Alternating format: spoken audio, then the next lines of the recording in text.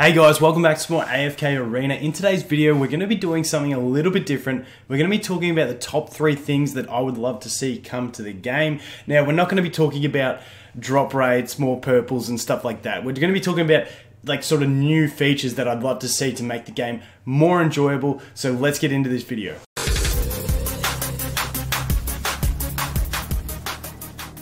So we've got some black sides on the screen. That's with reason. We're going to talk about skins. Skins is the first thing I want to see in the game. Now, don't rush into this, Lilith. Don't hear skins and go, ooh, let's go put stats on skins and let people buy them. No, do not make that mistake. Please, we'll talk a little bit more about that in a sec. But first, I want to get some skins up on screen because they have so many ads for this game. And I couldn't get all the images that I could remember seeing, but I got a fair few. So we're going to look at some of the skins they already have designed and that I feel like they could just dump in the game. So I'm really hoping they do implement this at some stage. The first one we're going to look at is forks. That's pretty cool. I mean, I like the look of it. Sorry for looking to the side, but I'm looking at my screen as well. But yeah, you know, like that's a pretty cool upgrade for forks. I'd love to get that skin. That looks nice. Next one, we've got a Sylvina skin. Also, really cool. Like I love the designs, you know, the floating spikes, all that sort of stuff. Nice. Next one, my boy Screg, he gets one too. He looks awesome as well. Like I really like that design. Like the skull mask, the extra flare, the extra spikes and everything. Cool. They all look like upgraded versions of themselves. The next one, Ira, she doesn't look any different, but she's riding a wolf. I'd want to build an Ira for an early game account to be riding a wolf. Why not? Okay. Next one. K-Source, my man. I'm not a massive fan of this one, but still, it's a skin for K-Source. They've already got it designed. Why not throw it in? On to the next one. Brutus. I think, I remembered seeing this one. I posted on Twitter, like, this was ages ago to see if someone had a picture. I didn't do my research before I made this video.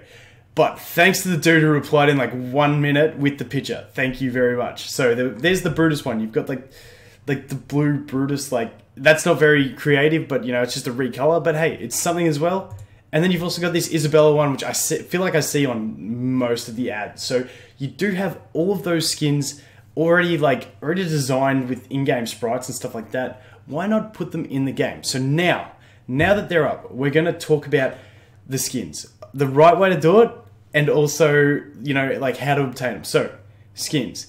My best game to look at for a model for this would be Summoner's War.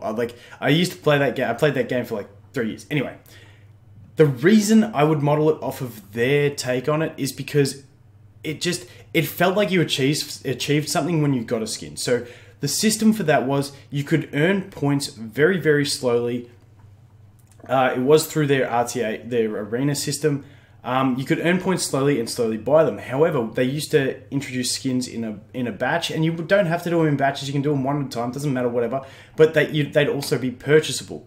So you could actually dump some cash, but like, you know, the packs had some summons, all that jazz. So you could purchase them as a pay to play, and yeah, you know, you get them, but that's no worries because free-to-play players could still earn them, and you felt like you earned something when you finally got them. That way, you know, you are still getting money back for the time invested designing skins and implementing them into the game, but do not put stats on them. Too many games lately are putting stats on skins, and it's just wrecking games, like really destroying games. Like, just do not do it, please. Just have them as something for the players, something they can enjoy, something they can work towards, something they can have to just brag a little bit, have the skin, make it look cool, but don't make them a pay-to-win feature that's going to destroy a game. Please, that's all I have to say about it. Put skins in, make them fun for the players, make them purchasable so that some people can buy them if they want to get them early, but they can still work towards them from getting points. Now, I think that pretty much covers it in that I don't want you to make them pay to win with stats. Just make them aesthetic, make them fun. I think I got my point across on that one. As for getting them, I'm thinking somewhere you could get them is maybe like make a normal arena shop and have it so that you get sort of like points from normal arena, because the awards in arena are like, you know, you get your 10 dust, your 90k gold, that sort of thing. The chest is a really nice one. Like, don't get me wrong, the chest is really nice, but maybe have like a normal arena point system where, you know, you gather those points. It encourages people to, you know, use those arena tickets to do their daily arena fights. You slowly get points, and then make it like, so after like, I don't know, a month worth of just grinding arena, doing your dailies, or maybe 2 months, I don't know. Time's up to you. But, you know, after grinding it, you eventually get enough points that you can buy a skin. That is something for me personally that I would 100% grind arena non-stop. Like, I would use all my tickets. I just save my tickets at the moment because there's no real point in using them at the moment. But do that system where you can just grind towards something. I don't know, make them drop from something else. I don't know. Implement them wherever you want. Make it a gradual system so that you have to really work towards it, and then select which hero you want to get the skin from. The other thing you can do with skins is have it as like, you can have some real exclusive ones, which once again don't have stats, but are tied to like arena rank and stuff like that, because in the end, whales do help support the game, so you want to keep whales happy as well. And like I said, originally you can make these ones where they can purchase them, but then you could have like, you know, season rank rewards where, you know, if you finish in the top X amount of players in a season, you can get said skin. I don't know. It could be cool. And then maybe, you know, 6 months down the track, have it slowly trickle out so that free-to-play can get it. It adds into the list, but for that 6 months, you know that person, or however long. I don't know time frames, don't quote me on time frames, but have it so that the skin is only available to those people that, you know, got X rank, and then, you know, down the track, slowly trickle it out to other people, but then have a new skin that only X rank people can get. Something like that. I don't know. I feel like it would be fun. Let me know in the comments what you guys think. I'm a big fan of skins, customizing the look of your heroes. I just find that stuff fun. So that is number 1, skins. Moving into number 2 on my list of things that I want is going to be all related to PvP and scaling PvP and guild battles. So there's going to be a few little things mixed in this one, but I just wanted to group it all into one because it's all fairly similar. So when the game first came out, when I started playing, they had some guild battle events, which was scaling, meaning that everyone's heroes, I think, went up to 160. I also changed the account just so you had something different to look at, because I realized I'm not really going through stuff on my account, so look at something different. But yeah, early on, everyone scaled to, I think, 160.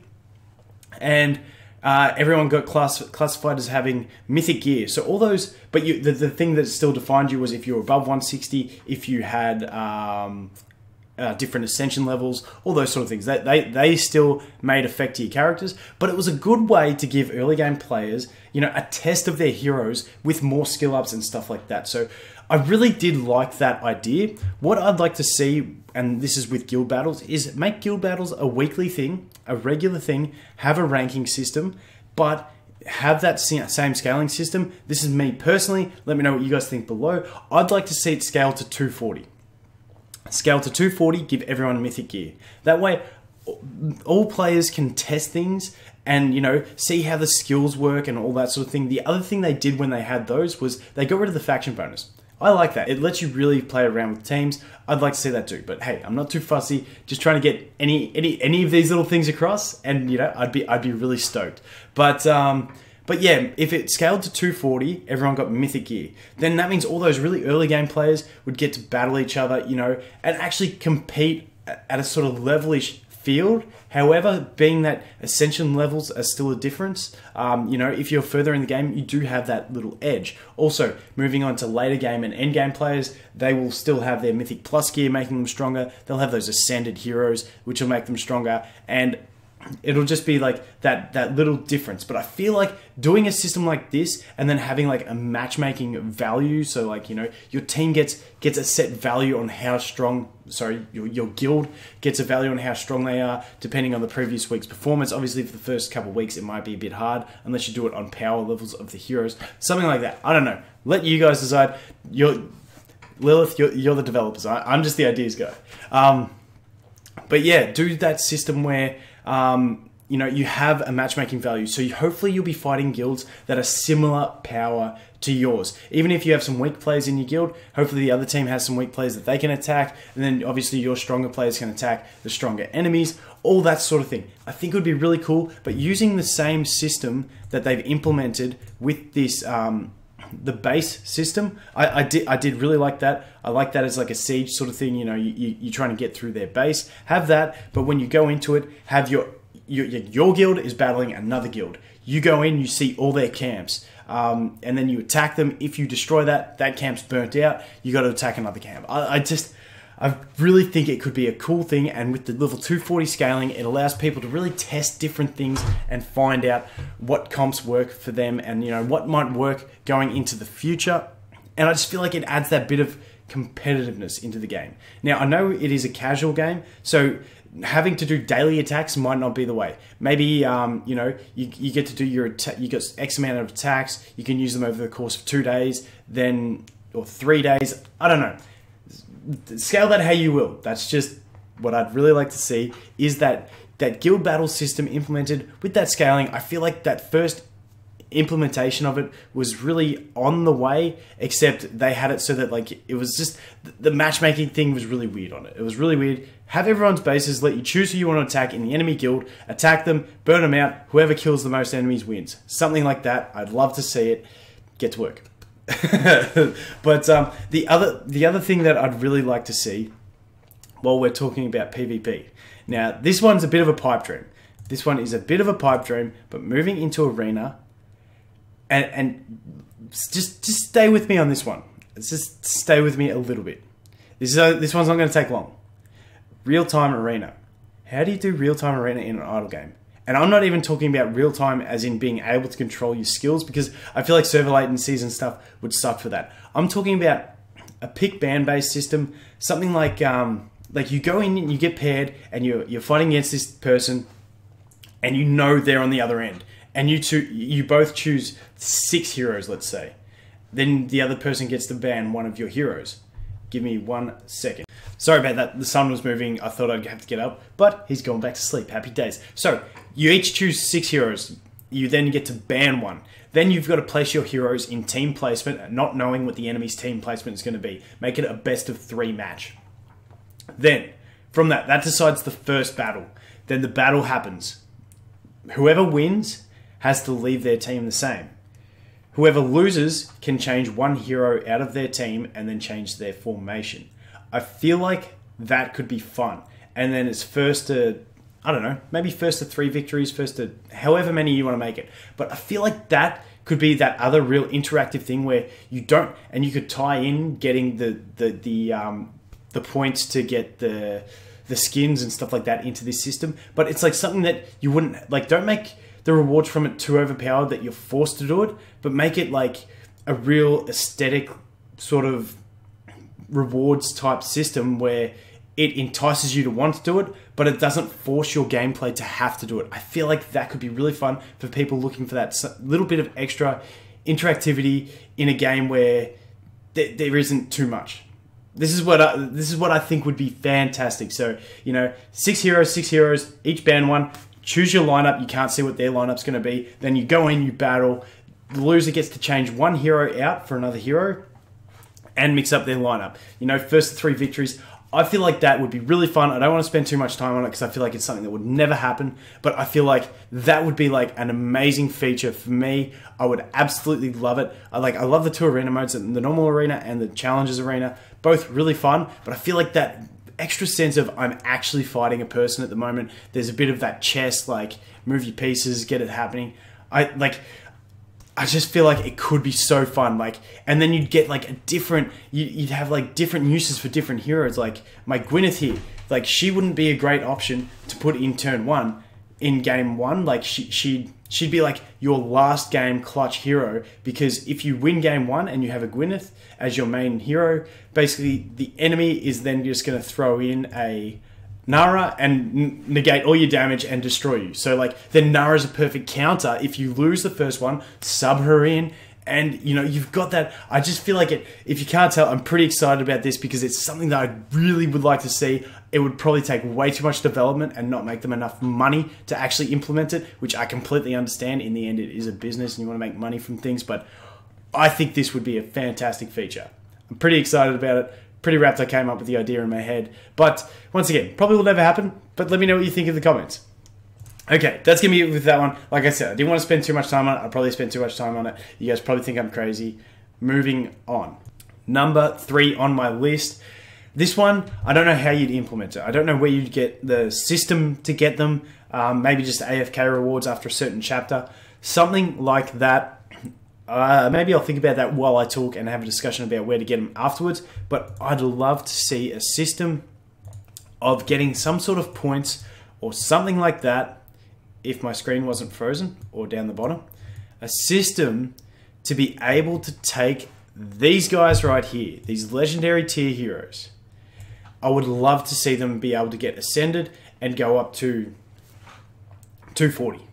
I would love it. I just think it would give them so much more play, because like some of them, like you look at things like, obviously Arden's good, you got your Savius, but even things like Muriel, which like is just a really cool burst AoE damage healer. Mage. She would be like awesome to try and take to that 240 and see if she could do damage. Now, to balance it out, I'd say you'd need some sort of item or point system to be able to get them past Legendary Plus. Otherwise, people would just turbo boost them, get them all ascended instantly, and then, you know, it would break the balance of the game. Have a point system where, I don't know, after X chapter, I haven't done the balancing numbers, okay? That's not my job. I just make up ideas. So make it so that you get these points or items after a certain stage that you can start accumulating, and then you can put it towards one of these heroes to get them up. Eventually by end game, you could do them all. But, you know, for early game, mid game, not even early game, you wouldn't even get it early game. It's like not until you get to the stage where all your heroes are hitting that 160 stage that you'd actually get it and be able to do one hero. That's how I'd probably balance it. But it would be really, really fun to see them have potential. The thing that would balance these guys out is the fact that they do only have 3 abilities and they wouldn't have a signature item. So they'd still be inherently weaker than the Ascended tier heroes currently, but they would still have some use and you could still get some fun out of them. And I just feel like things like Ira, imagine allowing us to get her up to 240. I feel like she'd be an absolute beast against Siren. That ultimate, doing all those arrows, just dumping straight into Siren, I feel like she could be like a real niche option for people to use. And like everything else, like Verdan could be a real weapon. Could be a real weapon. Sylvina, who is so fun to play with early game, you know, attacking that back row, she could continue to have use. I feel like this could be a really nice feature to also help avoid some of that bad RNG that people get in summons, because people do, but allowing these guys to go to Ascended, be it with an item, you know, you got to choose your first one wisely. It's like, decision is final, think about it, but being able to let people do this, it gives them another hero that they can build in their team that, you know, RNG isn't controlling them on. I feel like that moving into mid to late game could be a really nice option, and that is why this is my third thing. Like I said, I'm not too sure how to implement it. I feel like, because these guys are capped at 160, maybe when you hit, okay, here's an idea. Maybe when you hit with your, whatchamacallit, the resonating crystal. So once your resonating crystal hits having all heroes at 160, which is these guys' level cap, maybe you get an item where you can limit break these guys and allow them to keep ascending. But that limit break item, because you don't want to be able to get them straight to Ascended in 2 seconds. So that limit break maybe lets them go to Mythic. You know, then you got to collect an item, or maybe it's just based off level. I don't know how it works. Maybe an item that lets one of them go to Mythic, then you start getting it from AFK rewards. Eventually you get it to limit break them to Mythic Plus, then Ascended, and so on and so forth. I think, I don't know how to implement it, but it would be really fun, because it's a shame that these guys all fall off, because some of them are really fun to play with, but they just don't get a chance because they're capped at that 160. And I'd love to see a way that doesn't break the game, because obviously balance is a huge thing. A way that doesn't break the game, but lets you still play with these guys moving into the later game, because they're all well designed, they're all cool heroes, and I'd love to see some use for them. As for the common heroes, don't worry about it. These guys, I'd love to see it. That's pretty much it. I don't know how else to explain that. I'd love to see them go to Ascended and get some beefy sort of use and have niche uses so people can build them, help with progression when you don't have the copies of the Ascended tier heroes that you want, and also give people niche heroes to build endgame for different little places. So that is it for my list. I don't know how long this took because I stopped the recording a few times. If it's too long, oh well, if you're still here, I hope you enjoyed it. But anyway, that is going to be it for this one, guys. Let me know what you think below. Like, these were some thoughts going through my head. I just thought, let's make a video about it. So I'd love to hear what you guys think. Leave me a dislike if you disagree with everything I said. Leave me a like if you did agree with something, hopefully something. And yeah, thanks for watching, and I look forward to seeing the next one. Cheers.